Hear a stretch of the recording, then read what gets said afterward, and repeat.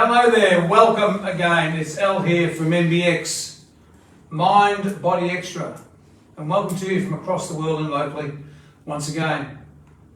Today's subject has created quite a lot of interest, particularly with people who are into applied performance, such as sport, work commitments, etc., and it's intuition. We need to understand intuition because it's not very well understood. It's not a mind, but it actually penetrates the mind. So you can see I've got a whiteboard next to me here. I'll stand up in a moment, and if you could please, if you've got a piece of paper and a pen handy, take this down like I've got here. You've got this depiction here, you've got a vertical line, and you've got a horizontal line. And in this area here, you'll write the word mind. Mind. Underneath this here, you'll write no mind. This actually comes from my programs Blip 1 and Blip 2. This here depicts the baseline of the mind. I've got three other words here: what, why, and how. You need to understand what I'm talking about and leading up to what actually is intuition. You need to then ask the question, well, why do we need to understand intuition? And once you understand that, once you've had enough inquiry there, you'll ask the question of yourself, how do I reach this state of intuition? So let's go back up here onto our depiction on the whiteboard. On the side there, I want you to write down all the faculties of the mind, and I'll help you with it. It can concentrate, it can contemplate. So we'll start at contemplation first. It contemplates, and then it has a selection process of which it can then concentrate on. It can also be discerning, it can have judgment. It can analyse, it can have logic and analysis. It's a very powerful tool. The no mind, some people think, is nihilism. Nothing could be further from the truth, and you'll see why shortly. So, is the intuition of mind? Well, the obvious answer, it can't be, because when you're in the mind, you can only get the mind's data, which is substantial, all your education, all the things you've learned, etc. But nevertheless, it is an intuition. It's not the gut feeling. It's not the knowing state that everyone raves about. That's recalling what you've learned. So that's not intuition. Once you've had intuition, though, it's amazing, because I get this quite a lot these days. Once you've had intuition, it can become part of mind. It's actually remembered by the mind, which you can use again. So that's the good thing about intuition. It actually can go to mind. Mind cannot be intuitive. Intuition can enter the mind. So all of the things that you look around you in your world, at one stage they weren't real, they were an intuition flash, they were an intuitive flash. Einstein spoke about this, and so did the other great minds of history. But they couldn't get the answers very often about what they were trying to find out, so it's only when the mind had been exhausted and they sat down and relaxed, and suddenly there was this incredible burst of, aha, that's it. And then it was actually thought about, it was tabulated, it was recorded in their mind, and then they could remember and add other things from their mind, and suddenly we've got the famous equations, say, as examples from Einstein. How does this apply for tennis players, say, or football players or anything else? The no mind is a flowing state. It's a flowing state of information, just waiting to burst into reality. The flowing state is effortless effort. It's often called the flow state in sport. It's a state where anything can happen unrestricted by mind. It's a state where all of the things that you can do in tremendous concentration, suddenly you get sucked into the no mind. You no longer even need concentration. You've been sucked into this state of no mind, and then there's the intuitive flash happening. So intuition, what is it? That is exactly what it is. It's the aha moment. It's the yearning to know something, or the yearning for a long time to know something and you couldn't get it. It happens when the mind has actually been exhausted. It comes into the mind at that stage. So that's what it is. You often walk into a room and you know that it's not going to be a good room for you. Or vice versa, you'll walk into a room and you'll know it'll be fantastic for you. That's the gut feeling. We've got to learn to trust these vibrations, this flowing energy, because they do not fail. Mind can fail you. It can say that's right or that's wrong according to your perceptions. Intuition will never fail you. It will give you effortless effort in any applied performance that you really want. So that's what we're talking about. Why do we want this? Well, why is, I've already answered that, I think. Why is simply because we need to understand things in our world that we can't get an answer from our mind. So we have this yearning to find out. I've had many things like this in my lifetime. I haven't been able to work them out from my mind, but there's been a yearning, there's been an energy, there's been a great concentrating force going through my mind to the state of baseline of mind, which has sucked me into the state of intuition, and that's where my answers came from. So why do we need that? And that's exactly why. Okay, now how do we do this? This is where it starts. Can we get it by being in the mind? I've already said that. No. So we somehow have to get out of the mind. But by the effort of trying to get out of the mind, we are in the mind. So that doesn't quite work. So I'm saying to you, this depiction, we've got to use the mind and all its abilities. We'll start contemplating it is what it is we want to know. We've contemplated it so much that we make a selection, and we touched on this in the past together. We'll contemplate it so much that we make a selection and then we concentrate on it. And when we concentrate on it, it gets so grand that we get vortexed into, we get sucked into the intuitive flow. So we're using the mind at all times. So we're not fighting it, we're not saying I'm going to try and find out the intuitive information like this. We're just using the mind to get to intense concentration. But because we've got intense concentration on something, there's a great yearning to find out information. So that stirs up the pot in here of no mind, of intuition. And if we do that often enough and deliberate enough using the concentrating forces that we've all got, we'll get this inspiration. That's how we can use this. So I want you to do this for me now, all of you together.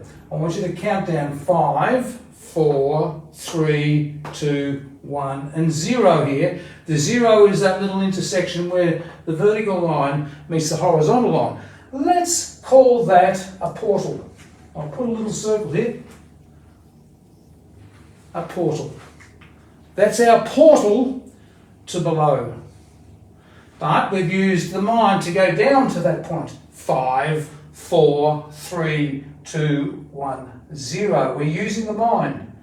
It's tabulating, it's counting backwards. The mind loves that. When we get to 0, there's no further count. So what do we do then? Well, we don't start it again and say, well, I didn't count correctly. What we do then is just wait. And if the mind wants to start again, you just wait in that space. Like we've done previously, I got you to count 3, 1, 2, 3, and I asked you what's next. And a lot of you, which most people do, went to 4. That wasn't the task. I said what comes next is the space, is the portal to intuition.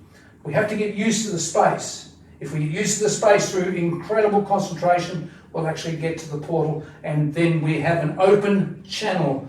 It's a vortex. We suck up information in ways that you can't even imagine. Sometimes, like I've done already today with people that have been to see me today even, it's very fast. Sometimes I'm saying things that I never said them this way ever before. But the yearning to know and to get the information for the particular person was so strong with me that suddenly I'm speaking in a way to the person through my mind again that afterwards I think, where did that come from?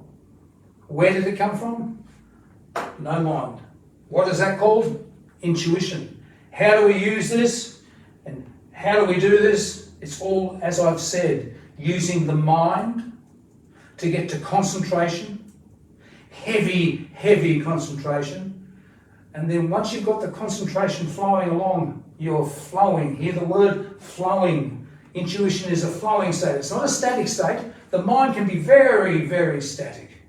Intuition isn't. It's a flowing informational state. We can get very metaphysical. We will do in the future about this if you'd like me to, which I'm sure a lot of you will. We can get very metaphysical about this. But today, for our purposes, it's a flowing state. It's a flowing state of effortless effort of information and, get this, action. So the intuitive forces, the intuitive energy is there for us at all times after we get to the heavy concentration. I want you to sit down with me for a moment. Oh, by the way, how am I going for time? Okay. We've still got a bit of time together. I want you to sit down with me and just grasp what I've gone over, the intuition that is you. That is your natural state. The mind was added onto after you arrived. You arrived in the state of no mind. That the mind developed from that point on. The no mind state is the intuitive state. You just knew you were safe or not safe. You just knew it. You couldn't be educated then, but you knew that you were safe or non-safe. If you were unsafe, you cried out loud. And if you were safe, you didn't cry. So you see, that's what you're born with. That's your natural state. I'm not teaching you anything. I'm getting you to remember exactly, you know what, exactly what you are. So all I'm doing is now reminding you that you are already intuitive. You don't have to learn it. All you've got to do is use the mind that's in its way to get into a heavily concentrated state. And once you're there, you'll be sucked into intuition, unless the mind starts again, and then you calm down again and get to the portal again. We can do it 1, 2, 3. What's next? There's the space. Or we can go 5, 4, 3, 2, 1, 0, which takes a little bit longer, but it's the same effect. We get to the heavily concentrated state. We get to the point where we're sucked into intuition, and who knows what's going to come. You know what I want to hear from you, don't you? I want to hear that after doing this, you're going to tell me what you've got intuitively that you've never ever had before. Now, you know what? I'll tell you something, this is terribly exciting. I want to hear what you've got that's never ever been here before, in any form at all. All of what you can see out in our world is been here for a while and continues to change. There's nothing wrong with change. I'm asking you to get you in your intuitive state and to put so much concentrative effort prior to the intuitive state that it bubbles up your intuition and brings something back which we are all astounded about. This is really exciting stuff. Now, you need to practice this. I won't kid around. We're so used to the mind state, you'll use it when you really don't want to be honest. But to get to our original state, you'll need to work on this. So either way, 5, 4, 3, 2, 1, 0, come along to our blip workshops, and this is part of the process. I can teach you this in much more detail today. We've got a bit of time together. It's introducing you to this. But I advise you to practice this and get to the stage where you can get into your intuition and you will know. And guess what? You'll know the things other people don't know. That's intuition. But before you go, I'm just reminding you of next week. Next week we have a session on intention stroke attention. Here we discuss together the intention with more attention. How does this affect our lives? The following week, high achievers. We know of them. I know of a lot of them. You maybe want to be one. Let's discuss that the following week. Here's a beauty for you. I love this. I love talking about this. Talk about this a lot to people. Becoming a master. Without knowing, you'll waste your time. You'll just keep going over the same things. This is a fascinating subject. That's on the 6th of April. Then the following week is genius. We are all geniuses, particularly after today. When we get to the intuition, we become then eventually the genius, which was Einstein. And the following week, unconditional stroke conditional love. That's very misunderstood, and I'd love to talk to you about that. Coming up on the between 9 and 12 noon on the 28th of May, Blip 1, Blip 2.